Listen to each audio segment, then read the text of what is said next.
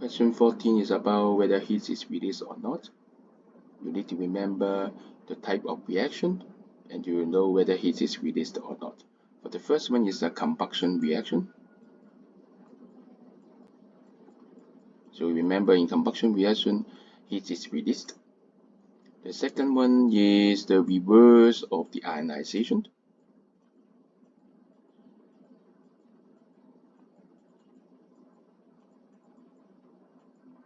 Remember, in ionization, energy is required, so in the reverse ionization reaction, energy is released.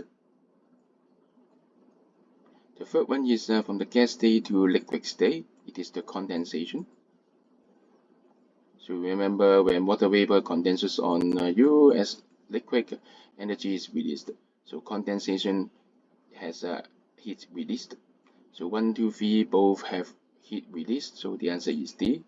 Thank you.